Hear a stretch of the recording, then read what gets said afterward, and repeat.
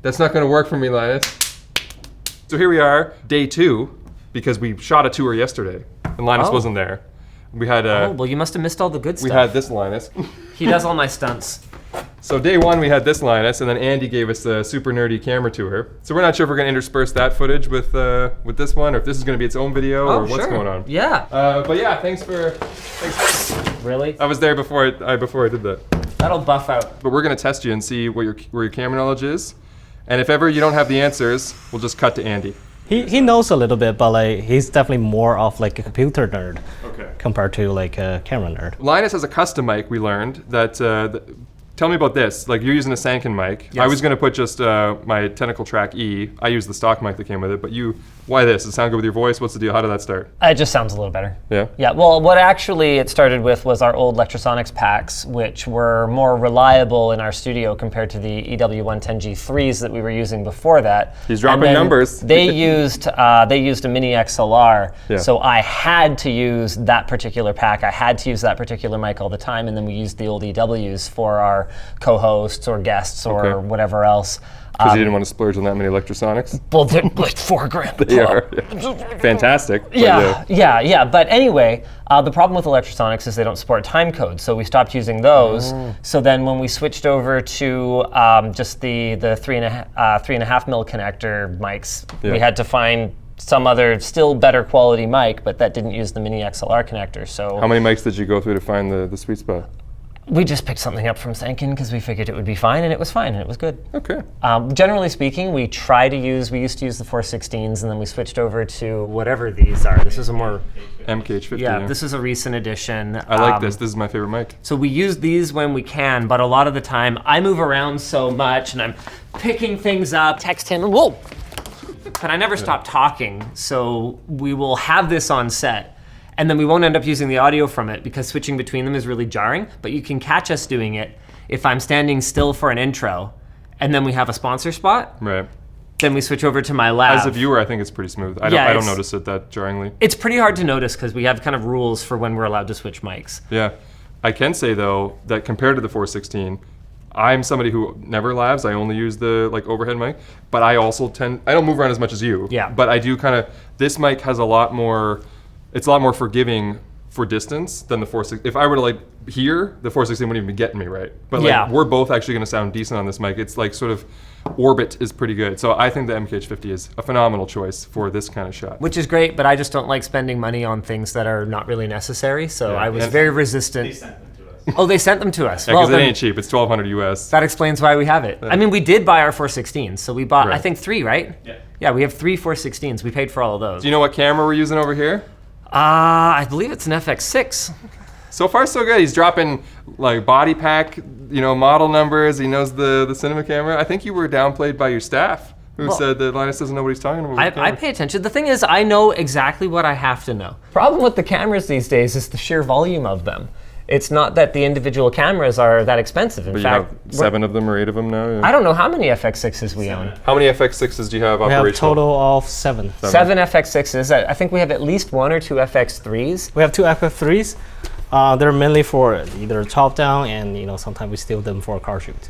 So for mounting inside of the car and stuff like that. We've still got 1 or 2 of the Reds kicking around. Expensive paper holders. And they'll pull those out if they have a particularly high production shoot that they want to do. Right. For example, our fanciest lens is only compatible with our Reds. Is that the Fujinon? Yeah. So we invested in this thing because it was a big fight getting the camera operators to do this, but basically what I wanted was the ability to have the full zoom capability because I like it for comedic impact. I like it for being able to quickly and easily do close-ups. You do have your sort of crash zoomy lenses now, but now you're using Sony, 24 to 105s. Yeah, that's what it was, right? They're cheaper, they're lighter. Autofocus. This is nice to see. The cameras are in use. Oh, sure. You don't have a trophy wall of extra. There's a couple Reds, and I've already deducted a couple points for those. But but most of the you said when I heard you had 7 FX6s, and then I saw that they were all commissioned somewhere. I was like, well, that's good. Except for, you know, some of the legacy stuff, but what are you gonna do? Sell it? Like, what's the next step, you know? Like, they're worth more to us than they are to someone else. Paper holders. And these are both the DSMC2 platform. So even though this is technically like a weapon or whatever, and then I think that one's a DSMC2 or something like that. They both have the same capabilities, so they'll both go up to 8K60. I'm disappointed, Linus. Why? You're doing really well. Oh. You know, he knows his camera stuff. I was like, I'm gonna roast this guy so hard. He's over here dropping DSMC2, 8K. You know what you're talking about. Well, I have to know some stuff. Quick, what brand of lenses are these? I don't know, Sigma probably. Damn it. Yes, they're Sigma. This is a reverse grading. I'm like getting upset that he's getting everything right. They are Sigma. They're Sigma Cine lenses. Yeah, good. Good job. And the T means they're better. Do you know about T? I know T means they're better. Well. It's like a tighter grading or something like that. Yeah, that's fair. Yeah. The requirements like to versus f-stop, like t-stop means that Hello? Like, they're actually measured for light transmission rather than just like the size of a hole. Yeah. You know? Sure. That's all right. T means they're better. That's a 600D. You see that, Patrick? 600D Yeah. Pro or non-pro? Pro. Then you got like an octabox from that one. Yeah. And then over here we've got, did you guys build like a little book light or something? Yeah, a book light. 600C Pro, I love that light. That's my main light as well. So we're bouncing it in this little corner here, and then diffusion material in front. How are you controlling these lights? Just the palette here. You're not using like a DMX or remote or aperture stuff or whatever? Like if you look up, so all the lights that's on the grid, they are controlled by DMX because we're not moving them around. Okay. Everything that's on the floor, it's manual control. Do you want to talk about our ingest stations? Because Yeah. these are cool. These are running on an HDT platform, so these are Threadripper Pros, and the reason for that is not because we need the CPU performance. We really, really don't. They're just copying footage onto the network. But because we needed all the PCIe lanes. So these are really cool USB cards down here. These are from Sonnet, and they are quad USB-C port cards. But what's special about them is that each of those ports is connected to a dedicated controller. So there are 4 controllers on the card. That means you can get the full 10 gigabit per second to each of these ports concurrently, meaning that if we're coming back from a complicated shoot that has a whole bunch of media, they can basically just go ka-chunk, ka-chunk, ka-chunk, ka-chunk, ka-chunk, and copy it all at once without speed degradation. The other big piece of these is that they're using fiber optic networking running at 25 gigabit. What's here? The forest of C What's stands this? and light stands. And What's that? that's a counterweight. No, what's on a jib. On a jib, okay. Yeah, I'm gonna keep testing you. Why the hell would I not know what a jib is? I don't know. Yeah, I guess if you know all your model numbers for everything. It'd be funny if you didn't know what a jib was. Yeah, I made them buy the jib. And then we never used it. What's this set? This is the old ShortCircuit set, which now gets used as an LTT set. Why did it just trip on your rug? Because it's from Ruggable. We don't work with them anymore. That's hazardous. Yeah, you can see there was tape. This tape was actually put on less than a week ago, and it has already been peeled up by the. I mean, there's what is it? There's the strong intramolecular force or whatever, and then there's this force. This is much stronger than that. Linus, what the hell are you talking about? It's yeah, it's a joke. Starting to use intermolecular as a way to get at the fact that his rug's curled and I almost died. It's a very strong force. I don't know how to work the lights, so we'll have to move. How do you keep track of all your little remotes and stuff? We just know where they are. No, I don't know. I actually don't. What's this system called, Linus? There it is. What's this whole system It's called? labeled. It's called DMX. Ah, damn it! Also, I know that. It's fancy. But now we'll never know. It's RGB lighting for your computer, except it's for your whole room and it costs thrice as much. What about this? What are you pointing at? The lighting Your grid. massive. Yeah. What the hell is that now? 14 foot It's square? 12 by. We have 4 300D up there.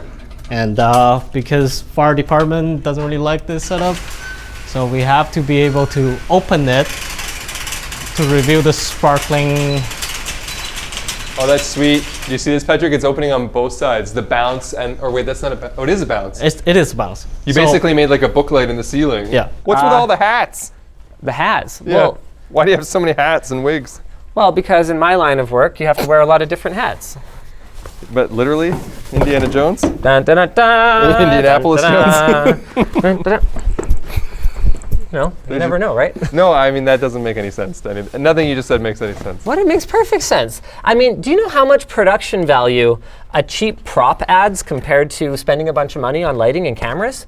To what, though? What? Like, you're reviewing a motherboard, what do you need a hat for? Well, to make it entertaining.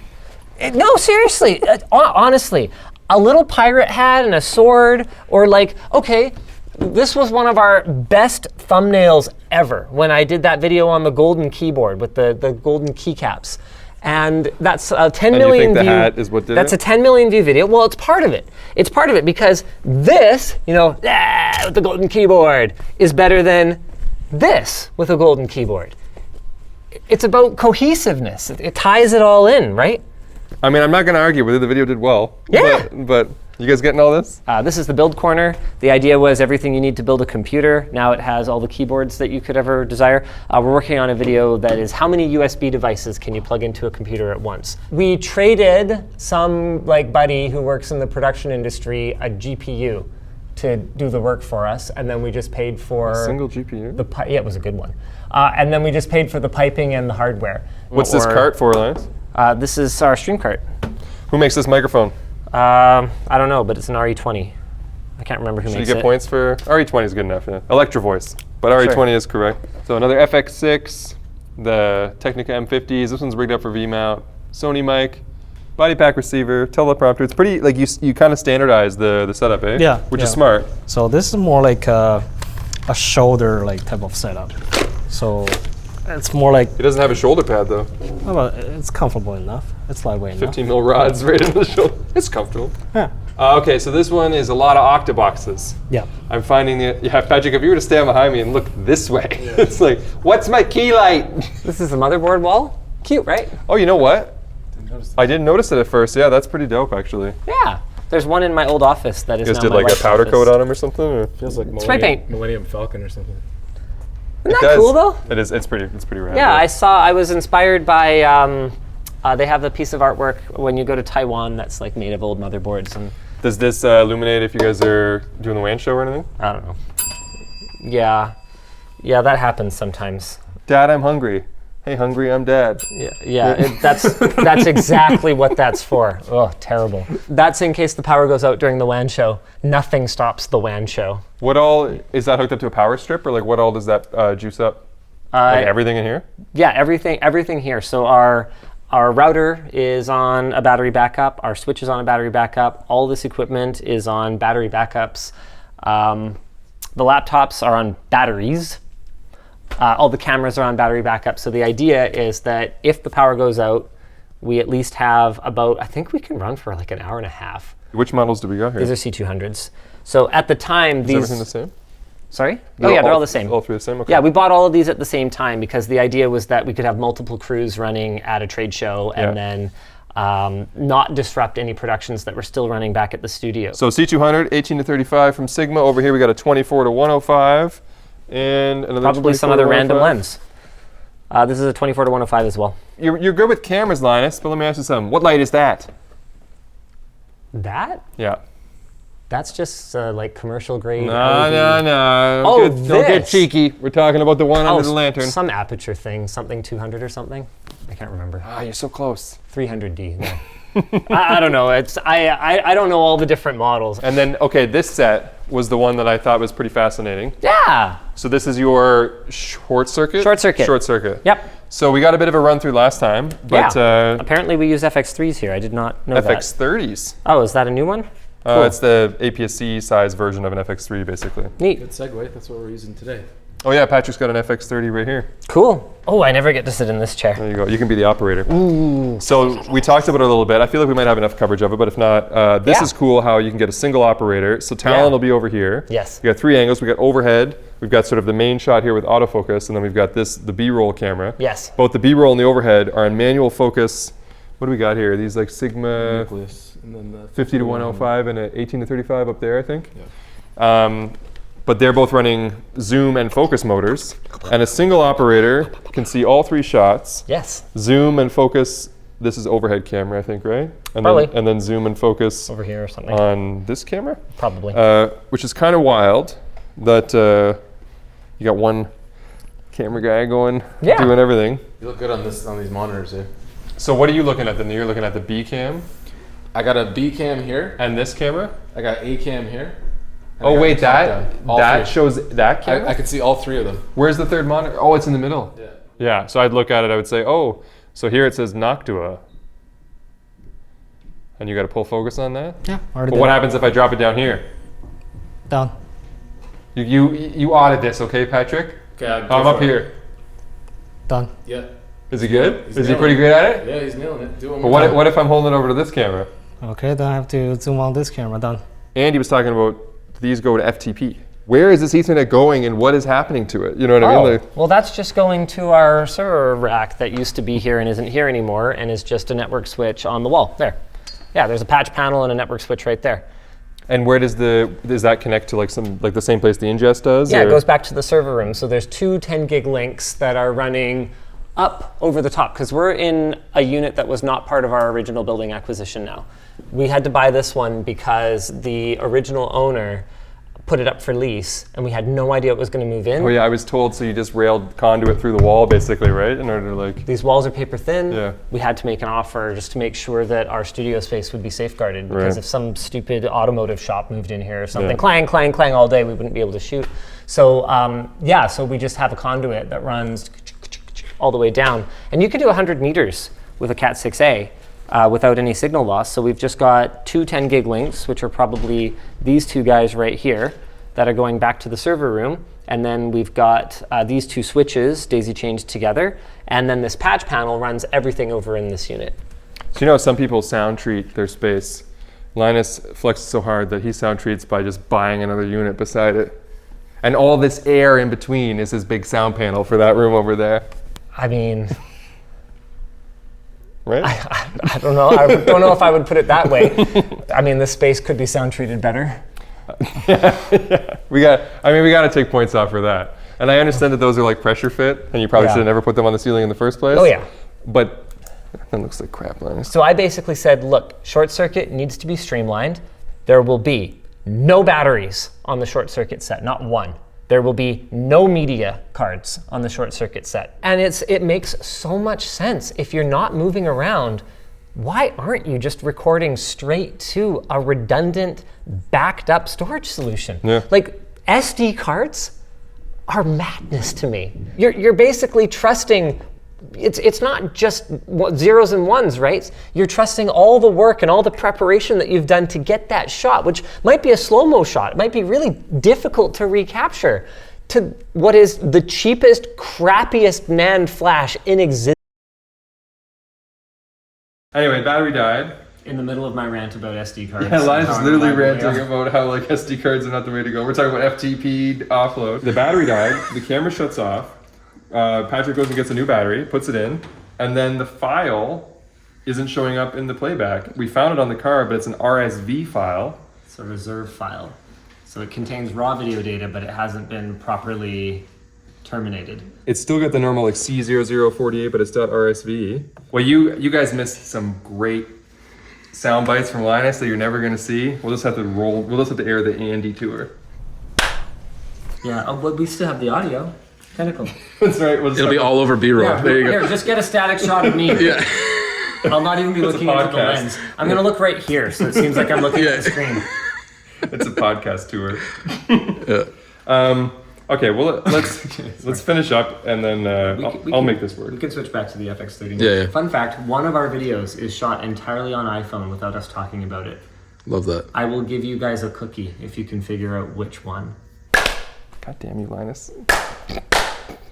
I did have a question for you about the lighting stuff though. Like I'm sure you got people that do this. But yeah. like, I've seen a few of the sets where there's a lot going on with either like negative fill or bounce in terms The of one thing that I ask is that we have no colored light spilling onto the host's face. how many stairs did we just climb? How many steps? I don't know. Standard is 13 and I 19. wonder if you're just making this stuff up. If you were making it up, it's convincing. It's like, well, standard is 13. You know, the rise has got to be 8 inches per step. Why are there always 13 steps in a staircase? To minimize the number of trips and falls and blah, blah, blah. What do we got? What's going on here, Linus? What's really cool about this is that we're able to do the green screen compositing in real time using hardware acceleration with our Ultimate 12 4K. So you can actually see we're transforming our green screen into our TechLink set, and then we can use this for GameLinked as well. We actually just launched that channel. Really exciting. We built the set in Unreal Engine. So for TechLinked, this is just a plate. So it's just a shot of the properly lit TechLink set. But then for GameLinked, it's a render of a completely new set. So it's one of the exceptions to my... Is that sort of spacey blue and red one or whatever? Yeah, so it's one of the exceptions to my no colored lights rule.